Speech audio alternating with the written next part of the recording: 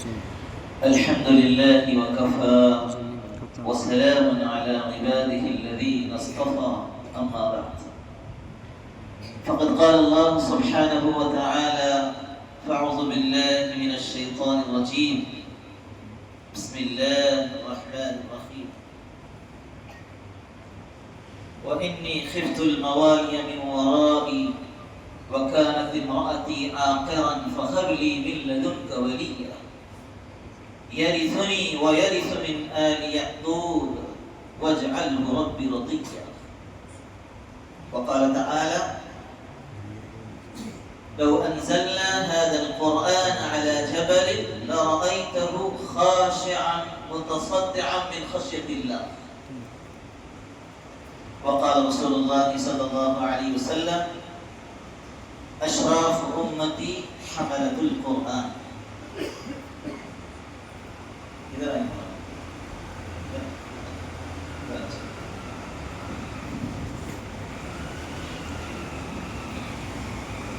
سب سے پہلے میں میرے دائیں طرف جو حضرات تشریف فرما ہے ان سے مخاطب ہوں کہ آپ بہت ہی بابرکت، مقدس اور قیمتی مجلس میں تشریف فرما ہے، اور یہ ایسی مجلس ہے کہ دنیا کی مجلسوں میں سے کسی بھی مجلس سے اس کا موازنہ نہیں کیا جا سکتا.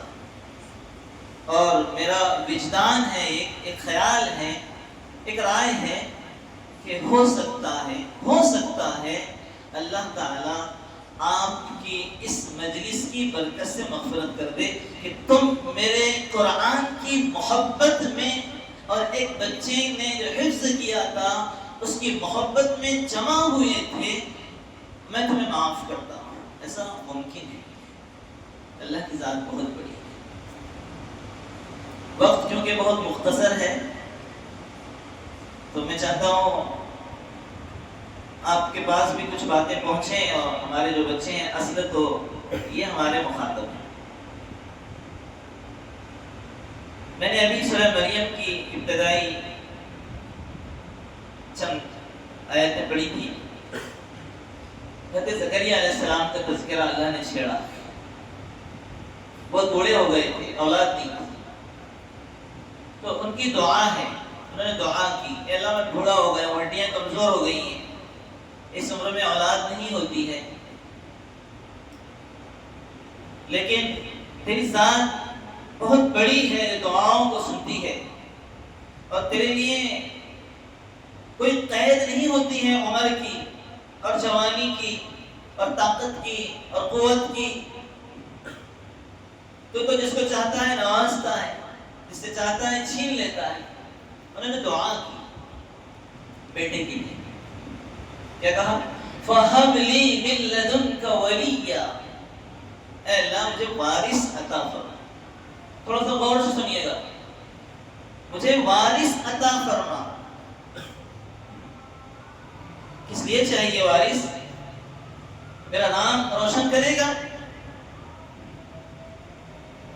میرا تذکرہ کرے گا، میرا فرما بردار بنے گا، میرا کہنا مانے گا، بڑھاپے میں میرا سہارا بنے گا، بالفاظ دیگر مجھے کھلائے گا، مجھے پلائے گا، میں بوڑھا ہو جاؤں گا، ہاتھ پکڑ کر چلے گا، میرا سہارا بنے گا. اس لیے بالکل نہیں. نبی کی ذات سے یہ بات بہت بعید ہے، بہت بعید ہے. نبی وہ اللہ کے بہت مقرب بندے ہوتے ہیں، وہ اس طرح سوچتے نہیں. یہ تو ہماری سوچ ہے. اللہ سے دعا کرنا ہے مجھے بیٹا عطا فرما جو میرا وارث بنے. وارث کاہے کا؟ کس چیز کا وارث بنے؟ یرثنی ویرث من آل یعقوب. جو میرا وارث بنے، آل یعقوب کا وارث بنے. کیونکہ یعقوب علیہ السلام کی اولاد میں سے ہے زکریا علیہ السلام. ان کا مقصد یہ تھا کہ جو ہمارے آبا و اجداد یعقوب علیہ السلام اور ان کے بعد جو انبیاء کرام جو مشن لے کر آئے، جو سلسلہ لے کر آئے، اس مشن کا میرا بچہ حصہ بنے. یہ ہے خاندان نبوت کا فرد ہے.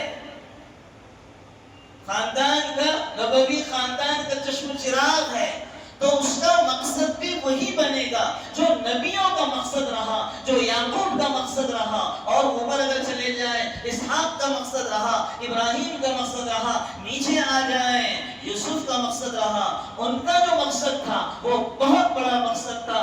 اس مقصد میں میں انقطاع نہیں چاہتا ہوں، میں بیچ میں خلا نہیں چاہتا ہوں، بلکہ تسلسل چاہتا ہوں کہ لوگوں کو ہدایت کی طرف لانے کا، جنت میں پہنچانے کا، جہنم سے بچانے کا اور اللہ کی مرضیات میں کھڑا کرنے کا جو کام ہے، بہت بڑا جو مشن ہے، اس مشن کا میرا بچہ حصہ ہے۔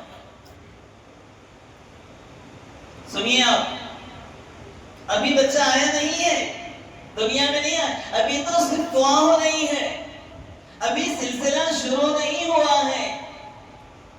حمل وغیرہ وغیرہ جو 9 مہینے اس سے زائد کا عرصہ جو ہوتا ہے، ابھی کوشش شروع نہیں ہوئی ہے، ابھی کچھ بھی تذکرہ نہیں ہے، بس دعا ہے، بس دعا ہے، دعا ہے۔ اور کیا کہہ رہے ہیں؟ بہت آگے کی سوچی، بہت اونچی اڑان بھری ہے۔ ہماری سوچ کیسے ہوتی ہے؟ بہت چھوٹی ہوتی ہے۔ ہم اولاد مانگتے ہیں، بچہ ہوتا ہے، اب بچہ ہوتا ہے بہرحال بہت خوش ہوتے ہیں، لڑکا ہو جائے تو، لڑکی ہو جائے تو وہ کم لوگ بچے ہیں جو خوش ہوتے ہیں، زیادہ تر تو لوگ خوش نہیں ہوتے۔ بہرحال وہ ایک الگ موضوع ہے، وہاں ہمیں نہیں جانا ہے، وقت کم ہے۔ تو بیٹا ہوتا ہے، اب وہ بولنا شروع کرتا ہے نا، تو وہاں سے ہی جو والدین اس کے پیرنٹس ہیں نا، وہ خواب دیکھنے لگتے ہیں، اب کلیکٹر بنائیں گے، ڈاکٹر بنائیں گے، اور انجینئر بنائیں گے، اور سائنسداں بنائیں گے، اور پائلٹ بنائیں گے۔ اور وہ جو بولنا شروع کرتا ہے تو وہ بولتا ہے میں ڈاکٹر بنوں گا، تو ماں باپ بہت خوش ہوتے ہیں، بہت خوش ہوتے ہیں، ایسا لگتا ہے بن گیا بس ابھی یہ کلیکٹر بن گیا، اتنا خوش ہوتے ہیں۔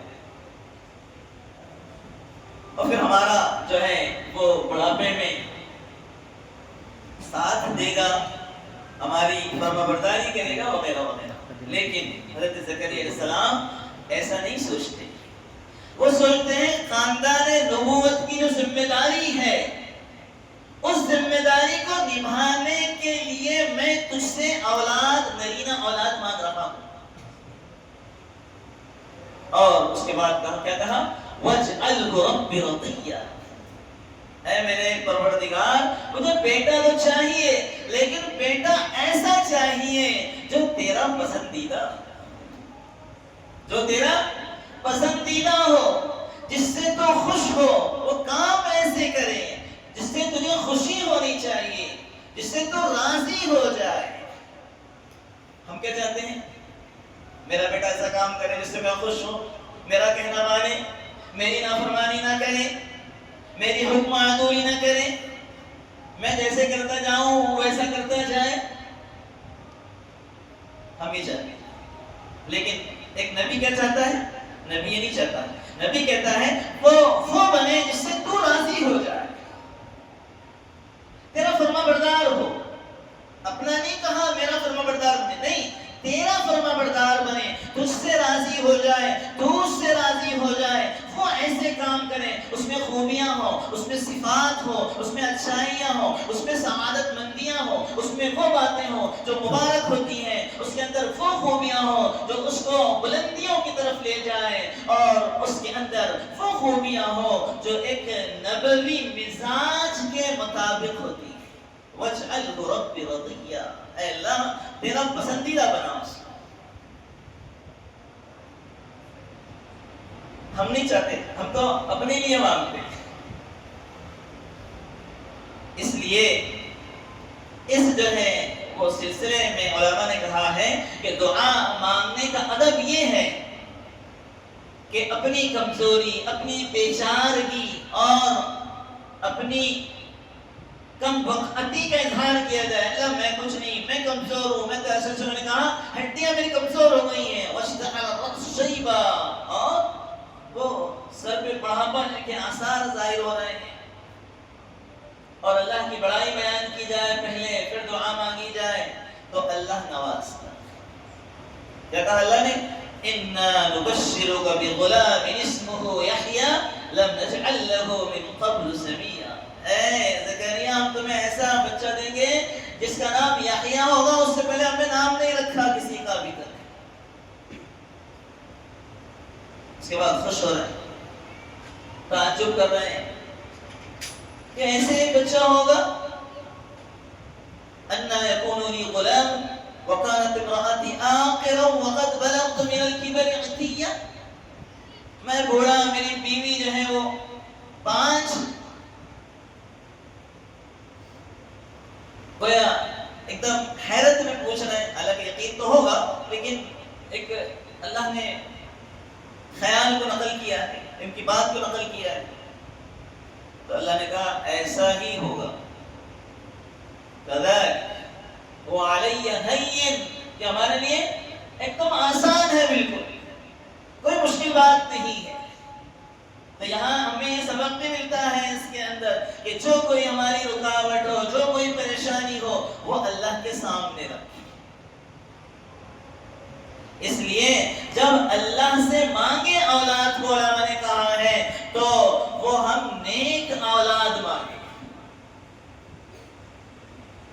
اب طلبہ یہاں پہ زیادہ ہیں اور بستی کے جو ہے وہ حاضرین یہاں پہ کم ہیں، تو ان سے بھی یہ بات کہی جا رہی ہے اور ہمارے بچوں سے بھی یہ بات کہی جا رہی ہے قاری صاحب باعتبار ما یکون کے، ہے نا، کیونکہ انشاءاللہ آپ بھی جوانی میں قدم رکھیں گے اور آپ کی بھی شادیاں ہوں گی نا انشاءاللہ، آپ کی بھی اولادیں ہوں گی. تو یہاں سے ایک سبق دے رہے ہیں آپ کو اس سورہ مریم کی آیتوں کی روشنی میں. کیا مانگیں گے؟ رب هب لي من الصالحین، کہ ہمیں وہ اولاد دے اللہ تعالیٰ جو تیرے مشن پر چلے، جو تیرے کام پر چلے، میرے کام پر نہیں چلے، تیرے کام پر چلے. اللہ خوش ہوتا ہے.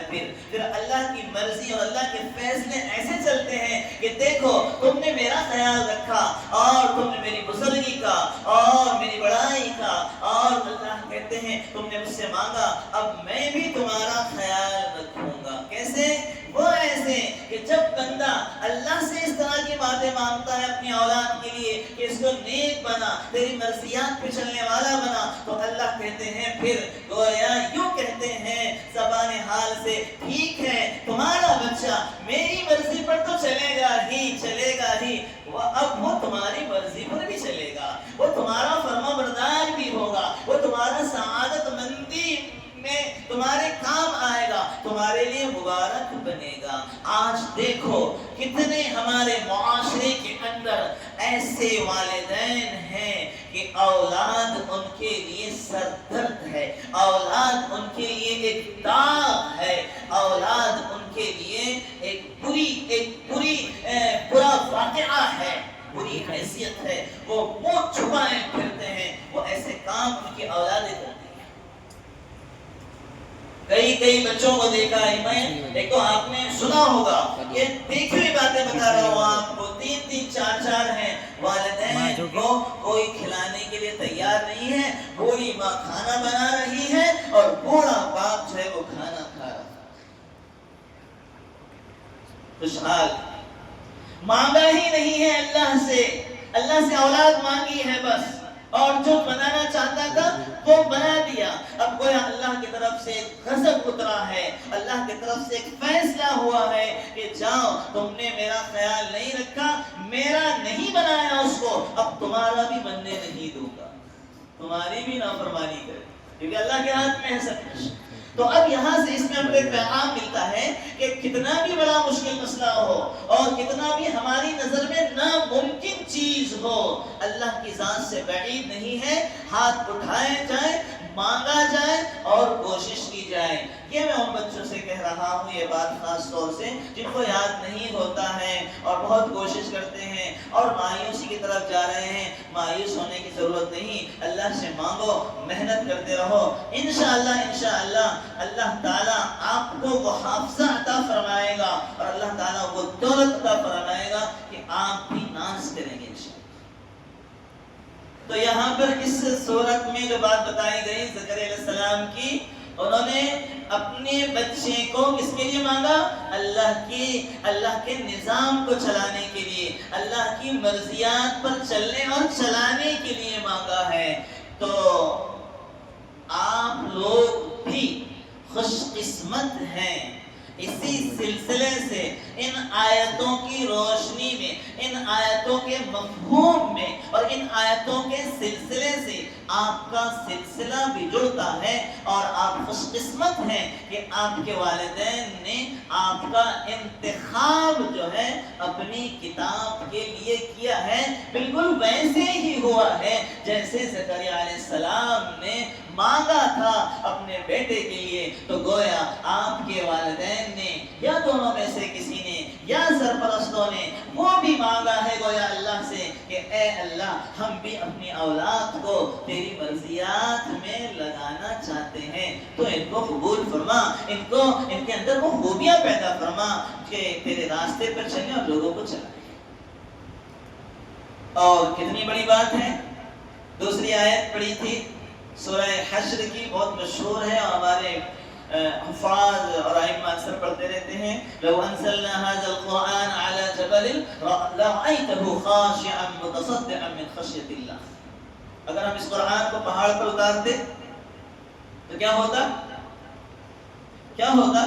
لرأيته خاشعا متصدعا من خشية الله، اللہ کے ڈر سے، اللہ کی خشیت سے وہ پھٹ جاتا۔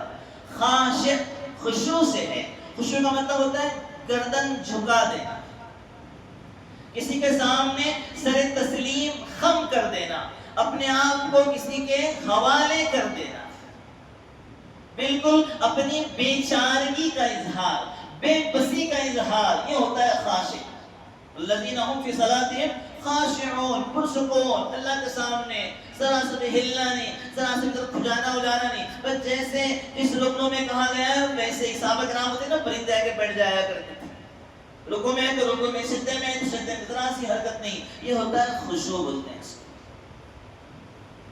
اور متصدعا، وہ تصدع سے ہے، تصدع کا مطلب ہوتا ہے کوئی ایسا کیا کہیں گے کہ ایسا مواد ہو، دھماکہ خیز مواد کہیں اندر جگہ کسی جگہ میں ڈال دیا جائے اور وہ پھٹ جائے، دھماکہ ہو جائے وہاں سے اور وہ ریزہ ہو جائے، چیتھڑے ہو جائے، اس کو بولتے ہیں تصدع، متصدعا۔ تو اگر اللہ تعالیٰ کلام الہی کو، اپنے کلام کو پہاڑ پر اتارتا تو پہاڑ کا یہ حال ہوتا، تو پھر ہمارا حال کیوں نہیں ہوا ایسا؟ ہم تو قرآن پڑھتے ہیں، پورا قرآن آپ کے سینے میں، اتنا بڑا پہاڑ، آپ بتاؤ، پہاڑ اس کی مثالیں دی جاتی ہیں مضبوطی کی، طاقت کی اور قوت کی، والجبال اوتادا، اور اللہ تعالیٰ نے زمین کے لیے کھوٹیاں بنایا ہے، بیلنس بنانے کے لیے اس کو کھڑے کیا ہے، اتنا بڑا پہاڑ اور کتنا اس کا حجم ہوتا ہے، کتنا بڑا ہوتا ہے، اور کتنے اس کے اندر پتھر اور ٹھوس، ایک طرف وہ اور ایک طرف آپ کی چھوٹی سی زبان، اور اس سے اندر نیچے اترتے اترتے تھوڑا سا دل، 250 گرام کا یا 300 گرام کا یا آدھا کلو ہے نا، آدھا کلو بھی قریب قریب ہوتا ہے انسان کا دل جو، تو اتنا سا دل گوشت کا، نرم نازک، اتنا نازک، شیشہ ٹوٹے غل مچ جائے، قاری صاحب، شیشہ ٹوٹے گل مچ جائے، دل ٹوٹے آواز نہ آئے، اتنا نازک ہے، پتہ بھی نہیں چلتا کسی کا دل ٹوٹ گیا، ہم کسی کو بول دیتے ہیں، اس لیے زبان پر بہت احتیاط، کسی کا مذاق نہ اڑایا جائے، ہمارے ہاں ایسی تعلیم ہے، پتہ نہیں چلتا آدمی دل ٹوٹ گیا اس کا، نہ بچا بچا کے بعد اسے تیرا آئینہ ہے، جو آئینہ جو شکستہ ہو تو عزیز تر ہے نگاہ آئینہ ساز میں۔ ٹوٹا ہوا دل اللہ کو بہت پسند ہے، طائف میں اللہ نے مانگا نا، ٹوٹا ہوا دل تھا تو اللہ نے اپنے پاس بلایا۔ بہرحال یہاں مقصد یہ ہے کہ دل بہت نازک ہوتا ہے، بہت نازک ہوتا ہے، بہت لطیف ہوتا ہے، بہت نزاکت ہوتی ہے اس کے اندر، تو ایک طرف پہاڑ برداشت کرنے کو تیار نہیں، دوسری طرف آپ کا دل برداشت کر رہا ہے، آپ کی زبان برداشت کر رہی ہے، ایسا کیوں ہے؟ یہ کرنٹ ہوتا ہے نا، کرنٹ، بجلی، یہ بجلی گرم ہوتی ہے کہ ٹھنڈی ہوتی ہے؟ بولو نا، گرم ہوتی ہے ٹھنڈی ہوتی ہے؟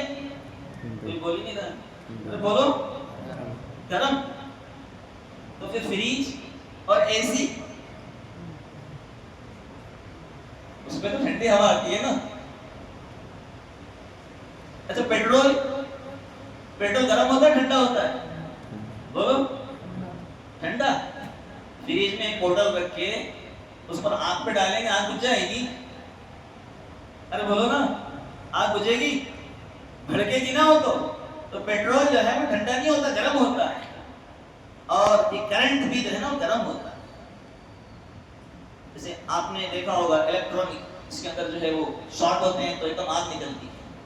اور جو بڑے پاور والی لائن ہوتی ہے ٹرین وغیرہ کے، آپ نے بہت سارے ویڈیو دیکھے ہوں گے، بس بہت سارے لوگ چڑھ گئے اوپر میں، تار پکڑ لی ایسا ہے نا، ایک دم شارٹ ہوتا ہے، 1 سیکنڈ لگتا ہے اس کو، ایسا دھواں نکلتا ہے اس کا، سے لوگ دیکھے گئے جنہوں نے خودکشی کی۔ تو آگ جو بجلی ہوتی ہے اس میں گرماہٹ ہوتی ہے، گرمی ہوتی ہے۔ ایسے ہی کلام الہی میں جو ہے نا وہ جلال تھا، ہوتا ہے۔ ہم نے کیوں برداشت کیا اس کو؟ ہم نے برداشت نہیں کیا۔ اللہ نے جو قرآن بھیجا ہے ہم کو ڈائریکٹ نہیں دیا، انڈائریکٹ دیا ہے، بلا واسطہ نہیں دیا، بالواسطہ دیا ہے۔ قرآن جب دیا ہے تو صاحب قرآن بھی دیا ہے، محمد رسول اللہ صلی اللہ علیہ وسلم کی ذات اقدس کی شکل ہے۔ تو قرآن کہاں اترا ہے؟ قلب اطہر پہ اترا ہے، قلب اطہر پہ اترا ہے، اور اس میں جلال تھا۔ اور اللہ کے نبی کو اللہ نے کیا بنایا؟ جمالی اللہ نے کیفیت دی ہے، نرم دی ذات بنایا ہے، نرم مزاج بنایا ہے، رحمت للعالمین بنایا ہے، پسیجنے والے بنایا، امت کے لیے رونے والے بنایا ہے، اور امت کے لیے کھلنے والے بنایا ہے، امت کے لیے تڑپنے والے بنایا۔ اتنا نرم کیا آپ کے دل کو، اتنا نرم کیا آپ کے دل کو، اتنا نرم کیا آپ کے دل کو، حدیث میں آتا ہے آپ نے اپنی ذات کے لیے کبھی انتقام نہیں لیا۔ میدان جنگ میں اللہ کے کلمے کو بلند کرنے کے لیے وہ ایک الگ بات ہے، اللہ کی نافرمانی ہو رہی ہے، آپ غصے کا اظہار کر رہے ہیں، وہ الگ بات ہے۔ اپنی ذات کے لیے آپ نے کبھی انتقام نہیں لیا۔ تو آپ کے دل کو اللہ نے جمالی دل بنایا، اپنے کلام کو جلالی بنایا، اپنا جلالی کلام جمالی دل پر اتارا، تو جمالی دل پر اترا تو وہ جلالی کلام بھی جمالی بن گیا۔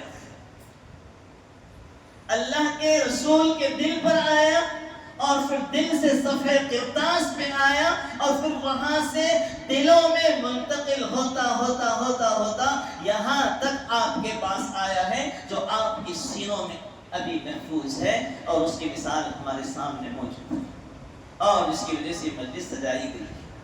تو یہ جلالی کلام جمالی کیسے بنا؟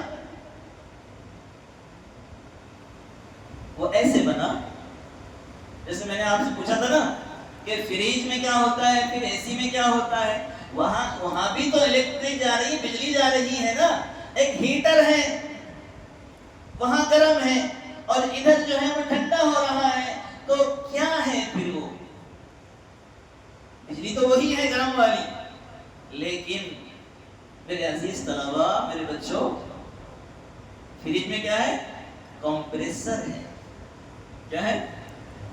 وہ کیا کرتا ہے؟ وہ بجلی کو وہاں سے گویا ٹھنڈی کر کے پہنچاتا ہے، یا دوسرے الفاظ میں وہ ٹھنڈک مہیا کرتا ہے وہاں جا کے۔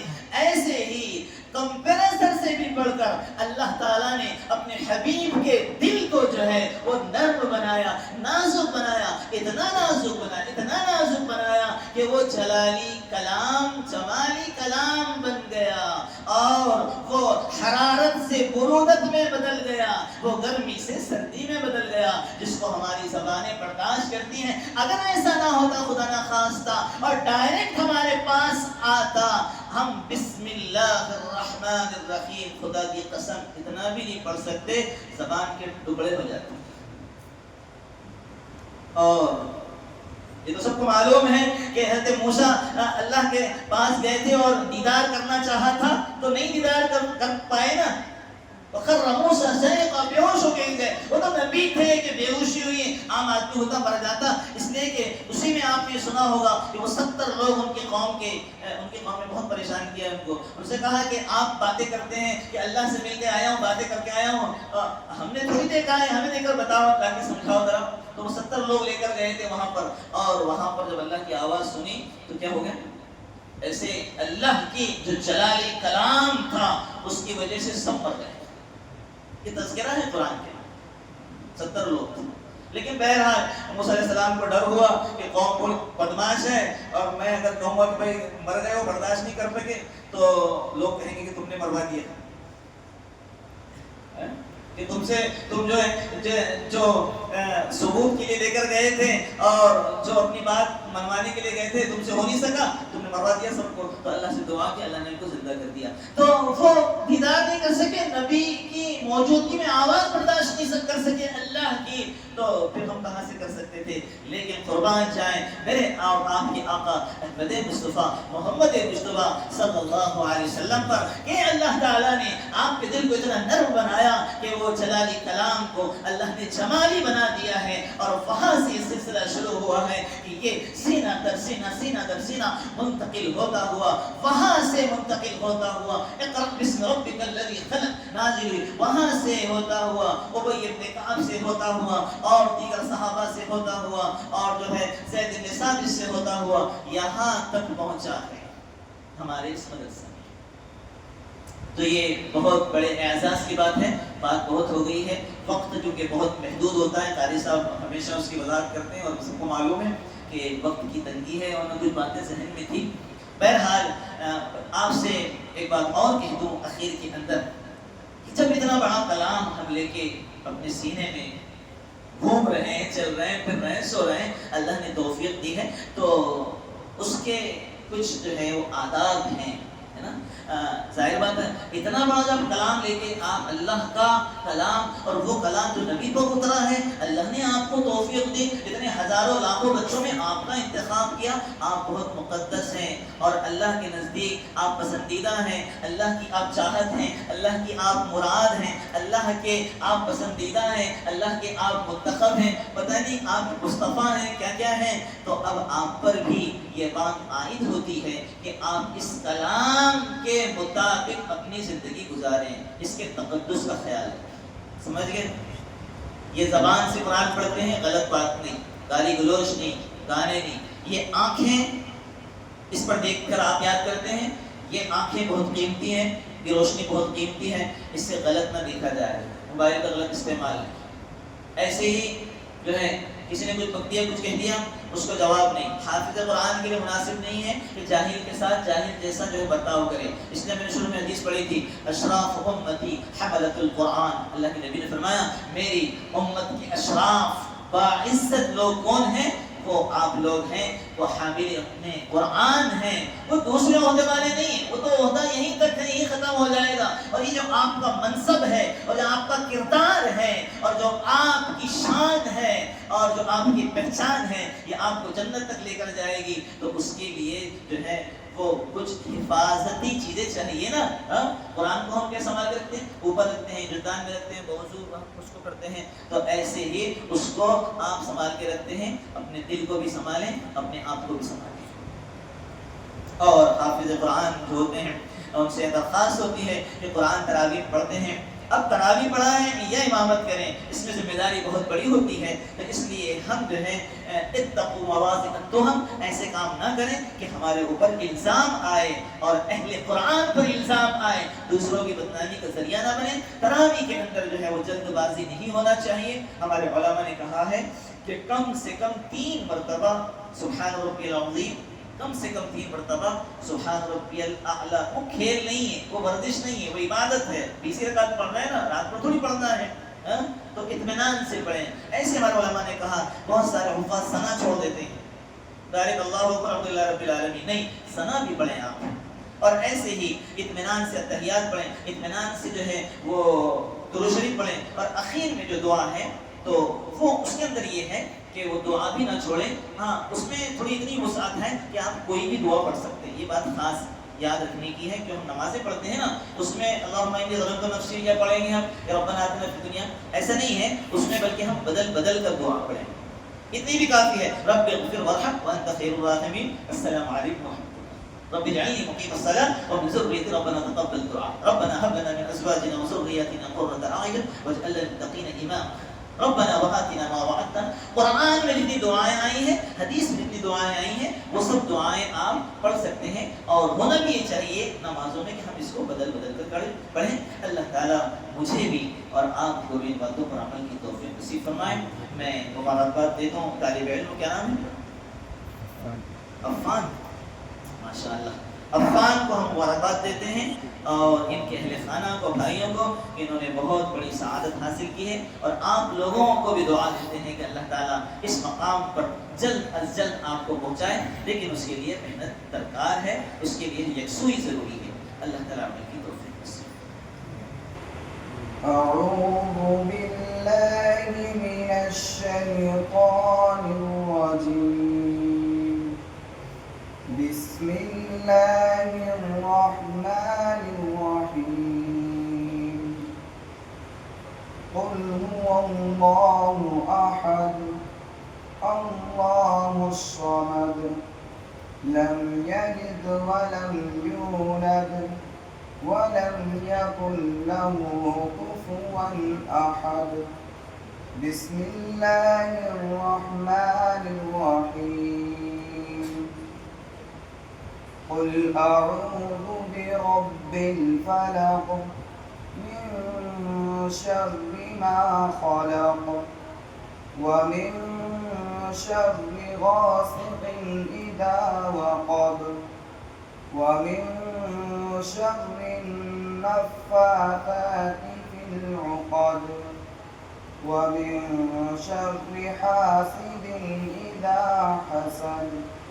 بسم الله الرحمن الرحيم. قل أعوذ برب الناس ملك الناس إله الناس من شر الوسواس الخناس الذي يوسوس في صدور الناس من الجنة والناس. بسم الله الرحمن الرحيم. الحمد لله رب العالمين الرحمن الرحيم مالك يوم الدين. إياك نعبد وإياك نستعين. اهدنا الصراط المستقيم صراط الذين أنعمت عليهم غير المغضوب عليهم ولا الضالين. آمين. بسم الله الرحمن الرحيم. ألف لام ميم. ذلك الكتاب لا ريب فيه هدى للمتقين الذين يؤمنون بالغيب ويقيمون الصلاة ومما رزقناهم ينفقون. والذين يؤمنون بما أنزل إليك وما أنزل من قبلك وبالآخرة هم يوقنون. أولئك على هدى من ربهم وأولئك هم المفلحون. صدق الله العظيم. بسم الله الرحمن الرحيم.